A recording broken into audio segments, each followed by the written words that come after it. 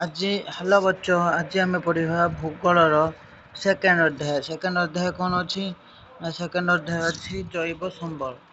यहाँ अच्छी जैव संबल।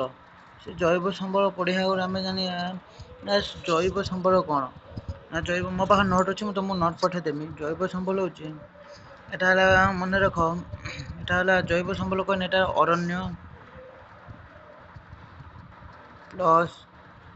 अरण्य प्लस जीवजंतु और अन्य जीव को नहीं अरण्य संबल गठित। अरण्य माने गछ वृक्ष खाली बुझुनी, सेठी आ रोउथुवा पशु पक्षी इत्यादि को ही जैव संबल कहा जाए।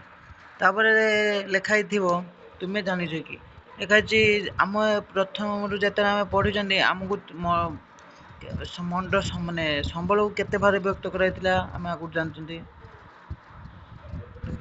जानते से आम जानवा माने भूमि को केते भार व्यक्त कले भी पढ़ी से केतोटा मंडल अच्छे। आम मंडल जाना पूर्व आम केतोटा स्तर अच्छे जान आमर 5टा स्तर अच्छे।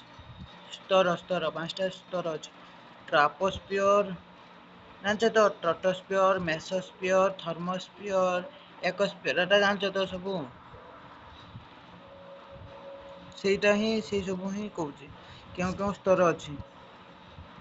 ट्रोपोस्फियर, स्ट्रेटोस्फियर, मेसोस्फियर, थर्मोस्फियर, एकोस्फियर से मंडल कौन कौन अच्छे ना बारीमंडल ये लिखाई बारीमंडल माने जल। बारी अर्थ जल, अश्म माने आम जोटा चलुँ माटी है अश्म मंडल। आउ है कौन ना वायुमंडल तो आम निश्वास प्रश्वास नौ वायुमंडल कहते जानी। गछ जानी गछ केते प्रकार जान गोटे गोटे गछ आम बाड़ी उठे। गोटे गछ कौटी उठे ना बाड़ी उठे कहते बाड़िया उद्भिद कौन ना बाड़िया उद्भिद। गोटे गछ जोटा बाड़ी उठे कौन कहते ना बाड़िया उद्भिद। जो गछ बाड़ी न उठे कौन कहते ना जंगल उद्भिद। अब तुमको उड़िया पूरा पढ़ाऊँ पूरा उड़िया आउरी तुम बहुत यहाँ कि उड़िया पढ़ाऊँ आम भी पढ़ी पार हूँ। शुण कौन लिखा मनुष्य बिना साहाय्य जो उद्भिद आपे आपे जन्मी कौन गुल्म बा उद्भिद कहते। बिना साहाय्य माने कौन जंगल तो उठी जो गछ सेटा को कहते छा ना। तापर एटा तो सब लिखाई आम कौन एति सब पढ़िया एटा सब लिखाई आम कौन एत सब पढ़ी मुंड खराब पढ़ियानी कौन पढ़िया ना अधिक जंगल कौटी अच्छी। अधिक जंगल कौटी अच्छी कम जंगल कौटी अच्छी। अधिक जंगल अच्छी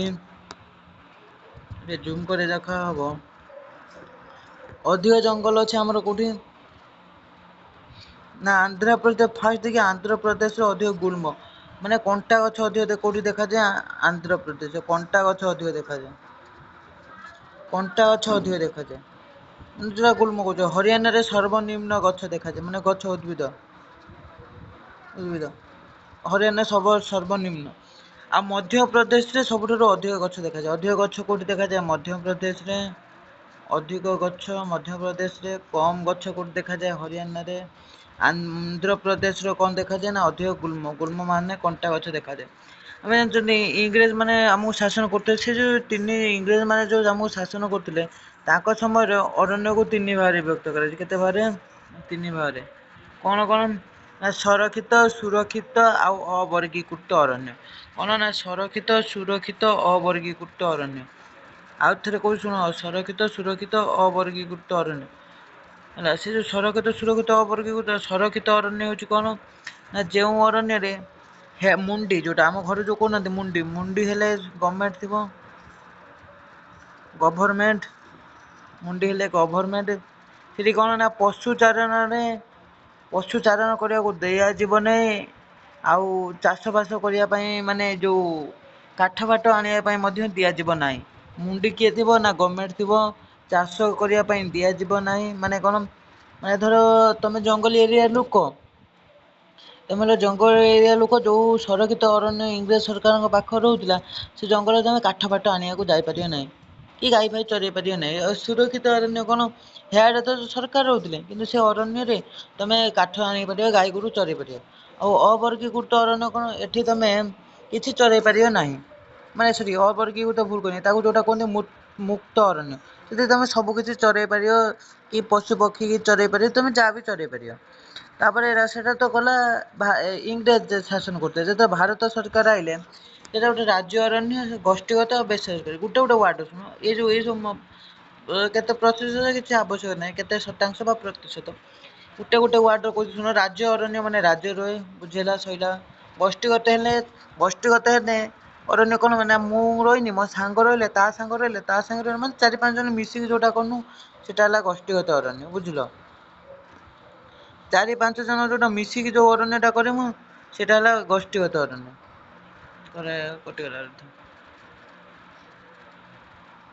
କଣ 4-5 ଜଣ ମିଶିକି ଯୋଉ ଅରଣ୍ୟ କରିମୁ ସେଇଟାକୁ ହିଁ ଗୋଷ୍ଠୀଗତ ଅରଣ୍ୟ କୁହାଯାଏ